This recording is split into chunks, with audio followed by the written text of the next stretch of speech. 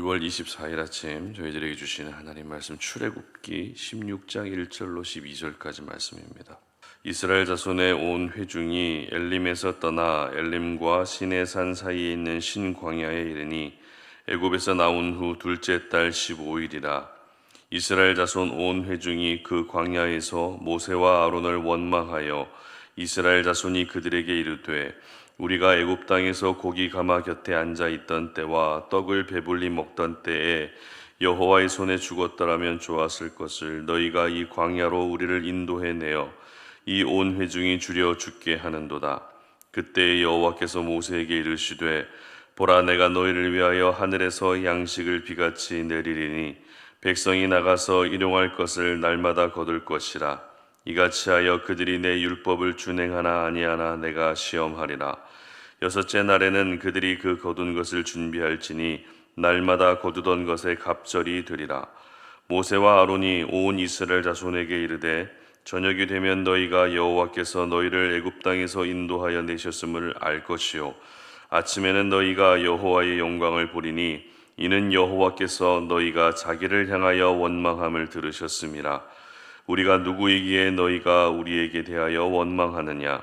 모세가 또 이르되 여호와께서 저녁에는 너희에게 고기를 주어 먹이시고 아침에는 떡으로 배불리시리니 이는 여호와께서 자기를 향하여 너희가 원망하는 그 말을 들으셨음이라. 우리가 누구냐? 너희의 원망은 우리를 향하여 함이 아니요 여호와를 향하여 함이로다. 모세가 또 아론에게 이르되 이스라엘 자손의 온 회중에게 말하기를 여호와께 가까이 나아오라. 여호와께서 너희의 원망함을 들으셨느니라 하라. 아론이 이스라엘 자손의 온 회중에게 말하매 그들이 광야를 바라보니 여호와의 영광이 구름 속에 나타나더라. 여호와께서 모세에게 말씀하여 이르시되 내가 이스라엘 자손의 원망함을 들었노라. 그들에게 말하여 이르기를 너희가 해질 때에는 고기를 먹고 아침에는 떡으로 배부르리니 내가 여호와 너희의 하나님인 줄 알리라 하라 하시니라. 아멘. 왜 원망하지 말아야 되는가? 라는 제목으로 오늘 아침 말씀 전합니다. 우리 주변을 보면 원망을 참 잘하는 사람이 있습니다. 이런 사람의 특징은 있는 것보다 없는 것에 더 집착하게 된다는 것이죠. 그래서 제일 먼저 자기 자신을 원망하고 그 다음으로 주변 사람들을 원망합니다.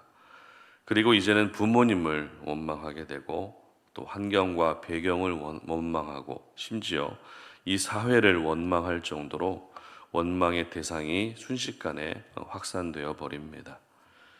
결국 원망이 커지게 되면 서로 간에 불신이 싹트게 되고 서운해지고 점점 더 심한 분열과 갈등의 양상이 되기 때문에 이 원망이라는 것은 단 한 가지의 유익한 점도 없습니다.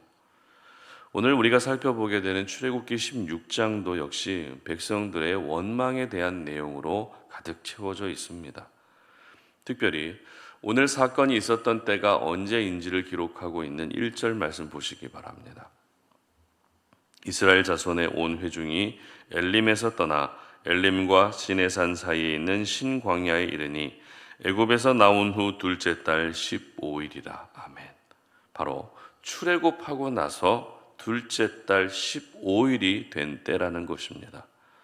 참고로 첫째 달 15일, 그러니까 1월 15일에 이스라엘 백성들은 출애굽합니다. 따라서 둘째 달 15일이라는 것은 애굽에서 나온 지 이제 한 달이 됐을 때라는 것입니다.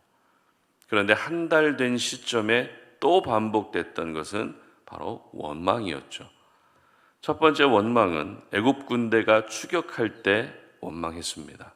그리고 두 번째 원망은 마라에서 마실 물이 없을 때 원망했고, 또 오늘 본문에서는 먹을 것이 없어서 또 원망하게 됩니다. 그런데 애굽에서 나온 지 불과 한 달밖에 안 됐는데도 불구하고 열흘에 한 번씩은 습관적으로 원망하고 있는 이스라엘 백성들의 모습이 우리에게 낯설지가 않죠. 왜냐하면 무슨 일만 생기면 습관적으로 원망하고 있는 우리의 모습과 상당히 닮아 있기 때문입니다. 특별히 지금까지 이 세 번에 걸친 백성들의 원망을 보게 되면 공통점이 한 가지 있습니다. 그 공통점이란 바로 이러다가는 죽겠다는 것입니다. 애굽 군대가 추격해 올 때도 이러다가는 죽겠다 싶어서 원망했고, 마실 물이 없을 때도 이러다가는 죽겠다 싶어서 원망했습니다. 그리고 오늘 본문에서 먹을 양식이 없을 때도 이러다가는 죽겠다 싶어서 또 원망합니다. 그러고 보면 이 살고 죽는 문제는 모든 사람들에게 가장 중요한 관심사인 것 같습니다. 죽는 것은 싫고, 그렇다고 사는 것도 쉽지 않기 때문에 이 삶과 죽음 사이에 고뇌하고 고민하면서 마음이 왔다 갔다 하는 것이 바로 우리들의 모습인 것 같습니다. 그러나 여러분, 생명의 주관자가 하나님이심을 기억할 때 우리의 살고 죽는 문제도 하나님의 손에 달려 있다는 것을 절대 잊으시면 안 됩니다. 내가 아무리 살기 위한 몸부림을 쳐도 하나님이 허락해 주지 않는다면 죽을 수밖에 없고, 반대로 내가 죽기 위한 결단을 해도 하나님이 허락해 주지 않는다면 살 수밖에 없다는 것입니다. 그러므로 이러다가는 죽겠다 싶은 여러분만의 상황 가운데서도 절대 원망하는 일은 없었으면 좋겠습니다. 내 생각에는 이러다 죽겠다 싶어도 하나님은 죽을 것 같은 상황에서도 살리시는 일을 가장 잘 하신다는 것을 기억할 수 있었으면 좋겠습니다. 이렇게 백성들은 먹을 양식이 없다고 해서 세 번째 원망을 하기 시작합니다. 그러면서 백성들이 했던 말이 어떤 말인가 하면 3절 보시기 바랍니다. 이스라엘 자손이 그들에게 이르되 우리가 애굽 땅에서 고기 가마 곁에 앉아 있던 때와 떡을 배불리 먹던 때에 여호와의 손에 죽었더라면 좋았을 것을 너희가 이 광야로 우리를 인도해 내어 이 온 회중이 주려 죽게 하는도다. 자, 이 말씀은 우리가 원망하면서 갖게 되는 생각이 주로 어떤 생각인지를 잘 보여주고 있는 말씀입니다. 지금 백성들의 생각이 향하고 있던 곳은 어디입니까? 다름 아닌 애굽이었습니다. 애굽에서의 삶을 그리워하는 어처구니 없는 일이 일어나게 된 것입니다. 그런데 애굽에서의 삶을 우리는 잘 알고 있습니다. 결코 안락하고 행복한 삶이 아니었죠. 날마다 힘든 노동이 반복됐고 잠도 제대로 자지 못한 채 채찍질을 당하는 고통스러운 날의 반복이었습니다. 이런 삶이 일상이 돼버린 이스라엘 백성들에게 고기 가마와 떡을 배불리 먹는 일이라고는 절대 있을 수가 없었습니다. 다시 말해서 실제 그렇게 살지 않았는데도 불구하고 그렇게 산 것처럼 이야기했다는 것입니다. 그만큼 지금 먹을 양식이 없어서 굶어 죽게 된 상황보다 차라리 끼니라도 해결할 수 있었던 애굽에서의 노예 생활이 더 좋았다는 뜻이겠죠. 여러분, 아무리 끼니를 해결할 수 있어도 노예로 사는 것보다 지금 당장 끼니가 해결될 수 없어도 구원받은 하나님의 백성으로 사는 것이 더 감사한 줄 믿으시기를 바랍니다. 그렇다고 우리 하나님이 직접 구원하신 백성들의 끼니도 해결해 주지 않고 굶기시는 일은 절대 없습니다. 어제 우리가 살펴봤던 말씀이죠. 마라의 쓴물 사건에서 하나님이 백성들을 시험하셨다는 말씀 여러분 기억하실 겁니다. 그런데 오늘 본문 4절 말씀 보시기 바랍니다. 그때에 여호와께서 모세에게 이르시되 보라 내가 너희를 위하여 하늘에서 양식을 비같이 내리리니 백성이 나가서 일용할 것을 날마다 거둘 것이라 이같이 하여 그들이 내 율법을 준행하나 아니하나 내가 시험하리라. 아멘. 만나와 메추라기 사건 역시 하나님이 백성들을 시험하시기 위한 사건이었다는 것입니다. 무슨 말입니까? 지금 당장 어떤 문제가 생기고 어려움이 찾아왔어도 그 모든 어려움은 얼마나 하나님을 신뢰하고 의지하고 있는지를 시험하기 위한 하나의 과정일 때가 있다는 것입니다. 그래서 어제 본문에서는 엘림이라는 그 장소에 물샘 12과 종려나무 70그루를 예비하셨죠. 그리고 오늘 본문에서는 만나와 메추라기를 또 예비해 놓으신 것입니다. 결국 하나님은 하나님이 직접 구원하신 백성을 굶기시는 일은 절대 하지 않으신다는 것입니다. 모든 일들을 미리 예비해 놓으시고 우리의 믿음을 시험하시는 일들이 더 많다는 것이죠. 따라서 지금 내 삶에 어떤 문제가 생기고 어려움이 생겼다고 해서 다시 예수 믿기 전에 과거의 삶, 죄의 종으로 살아가던 지난 날을 그리워하는 그런 생각들은 절대 하지 않으셨으면 좋겠습니다. 어려움이 있을수록 이 어려움은 바로 나를 시험하기 위한 하나님의 시험이구나라는 그런 생각을 가지고 어려움 속에서도 더욱더 하나님을 바라볼 수 있었으면 좋겠습니다. 특별히 오늘 본문에서 아무래도 가장 많이 반복되는 단어는 원망이라는 단어인데요. 그런데 8절 말씀을 보면 이렇게 기록합니다. 모세가 또 이르되 여호와께서 저녁에는 너희에게 고기를 주어 먹이시고 아침에는 떡으로 배불리시니니 이는 여호와께서 자기를 향하여 너희가 원망하는 그 말을 들으셨음이라. 우리가 누구냐? 너희의 원망은 우리를 향하여 함이 아니요 여호와를 향하여 함이로다. 아멘. 분명 백성들이 원망한 대상은 모세와 아론이었는데 하나님은 백성들의 원망을 어떻게 받아들이셨습니까? 바로 하나님을 향한 원망으로 받아들이셨다는 것입니다.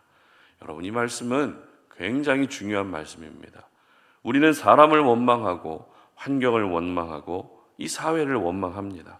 그러면서 하나님께 원망한 게 아니니까 괜찮지라는 그런 생각을 합니다. 그러나 오늘 말씀에 비추어 보게 되면 누군가를 향한 원망, 환경에 대한 원망, 사회에 대한 원망까지 그 모든 원망은 하나님께 하는 원망이 되는 것입니다. 왜냐하면 모든 사람과 모든 환경과 이 사회, 이 시대를 다스리시는 분이 바로 하나님이시기 때문에 그렇습니다. 그러므로 우리는 아무 생각 없이 하는 그 원망도 이제는 중단할 수 있어야 되겠죠. 하나님께 하는 게 아니니까 괜찮다고 생각하는 그런 원망을 바로 중단할 수 있어야 됩니다. 마지막으로 오늘 본문 7절과 8절 그리고 9절과 12절에 반복되는 말씀이 있습니다. 바로 하나님이 원망을 들으셨다라고 하는 이 말씀입니다. 우리는 하나님이 우리의 기도만 들으신다고 생각하지만 하나님이 들으시는 것은 우리의 원망의 소리까지 다 듣고 계십니다.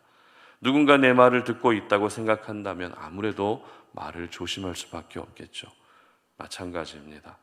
내가 살아가는 모든 삶의 자리에서 내가 하는 그 말들을 하나님께서 다 듣고 계시다는 생각을 가지고 오늘을 살 수 있어야 되는 것입니다. 그래야 원망의 말도 하지 않게 되고 불평의 말도 부정적인 말도 하지 않게 되는 것입니다. 여러분, 이것이 바로 우리가 원망하지 말아야 되는 이유입니다. 우리의 모든 원망은 하나님께 하는 원망이 되고 맙니다. 우리의 모든 원망의 소리는 하나님이 다 듣고 계시기 때문에 원망의 말을 중단할 수 있어야 되는 것입니다.